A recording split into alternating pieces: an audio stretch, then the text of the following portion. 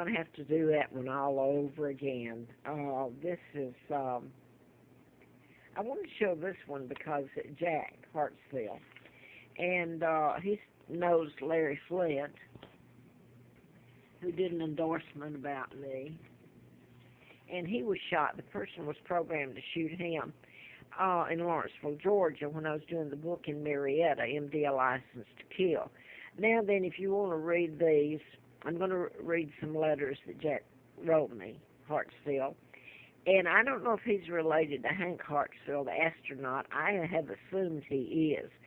But I want to read some letters that he wrote me over the years. I think he sent them to me for that reason. I met him in Huntsville, Alabama, and I'll go into that a little later. I want to get back to this force-feeding me chemicals, which involves law enforcement telling them to do it. And I'm going to quote Patel. Back in 95, my jobs were like a target on my back. It's because of who I am and the book I wrote, but it was going to matter. I'm a hostage, just like Great Britain is. So they got to my jobs, and I lived on the Appalachian Trail, froze, starved, and everybody's known this. And FBI agent told me, he yawned, and he said, you know, he faked yawning, what people do with this, they know that I couldn't make it up. But it's only when they find out how it affects them that they will care. Well, that's caring for themselves. But anyway, this has been ongoing. Law enforcement gets stuff on people, or you don't have to. They would help anyway. Hey, I'm the British monarch, and they know it, believe me. So have at her. Is it really been it? So I had to pay another day here. It's 22 degrees here in Troutman, Roanoke. Have to have a place to be. Go out in the woods. They just come out there and say I was irresponsible for sitting out there just to have a place to be, crawl into. Now, I want to show this because this is just one of them. I've tried to leave, so the long arm of the law can reach across state lines where I'm concerned, or I suppose anybody. But I've put this on others, and this man, back in 95, when I'd managed to do a live-in and get money, I paid a month's rent in November, and a few days later they came in, the Patel did, and said, he came to the front door and he said, I'm going to remodel, or, paint and remodel, which is, he's going to come in and do that in November, and they live in there. So I called the cops. The cop came out and pretended he was going to arrest me. He says, you're the one that will leave. So Patel's standing there, and when the cop left, he said, we're Americans now. We have to do as they tell us to do. I gave that background. Now then, I have been to Congressman Goodlatte's office, local, he's from here, born in Massachusetts, but he lives here. John Edwards, a state senator, and I thought these were decent men. I'm telling you this because something's wrong. The last Virginia Senator Edwards, excuse me, and Goodlatte know of my kidnapping and the Mindcontrol murders. Now, the last time I was in their office, they were side by side downtown Roanoke, a man come out and got on the elevator after I left Bob Goodlatte's office and said, if he helps you, he's going to be living out in the National Forest with you. So I've told you this, Goodlatte is now over the Intelligence Committee and Homeland Security, I believe. So this is an article that just happened. These men have become wealthy. A lot of people concerned in what has been orchestrated assault with intent on me, with the worst kind of run me like a animal. But anyway, this is Sonny Shaw. He's part of the people from India here, the Patels, that own all of this since about 92. And that's what this article is about, telling about how much they own and all the motels. They own Maverick Holding, which is gas stations, convenience stores, motels, you name it. So they've amassed a fortune over the last years. And here it's, this was earlier this year, 8/15 of this year. that John Edwards was there.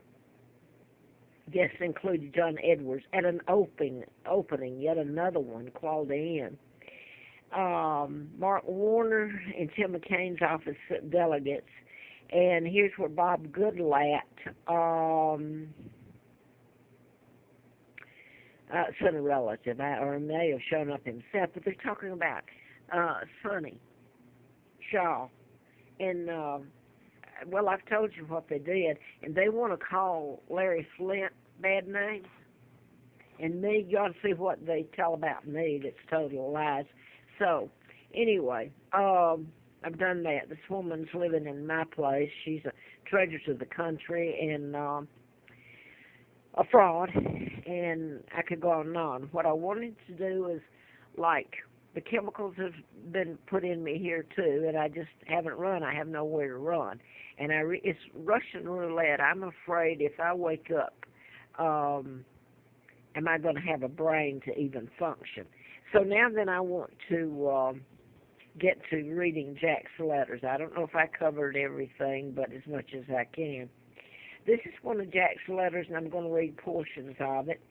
And it's connected to also, well, Jack didn't do it, but I don't know if he's related to Hank Hartsfield or not, the astronaut, captain of a couple of the shuttles, like in 82, I believe it was, July the 4th. He was captain of that shuttle. And you've got twin. Sally Ride was on, I think she died. It was a Columbine and shuttle that went up in February the 1st of 03. Then you had the other one that was, the Challenger went up January the 28th of 86. Anyway, these were sabotaged, and they were done in patterns. That's all I'm going to say. I can't get all this on. I wanted to say this about Jack. He sent these. I met him when they tried to kill me again in Huntsville in 80 and 82. And Jack was a reporter, and also, as far as I know, he's FBI. I will say this, when they were trying to kill me, here's something he said about the sheriff. Now, the sheriff had given me, when I'd had antifreeze put in me, April the 1st of, April Fool's Day, that's what this whole thing is of 80, I passed a background check to go to work in the condition I was in to go to work for the district attorney, Simpson. Now, this is a year and a half or 2 years later, and somebody got to him, and they're trying to kill me. And Jack stood there telling the police, when they had handcuffed me, I'd done nothing but just paid my rent, walked out, and this is what happened. One of the deputies was brother, I believe, to Bulldog Daniel. And I'd been telling them about he was murdered using mind control.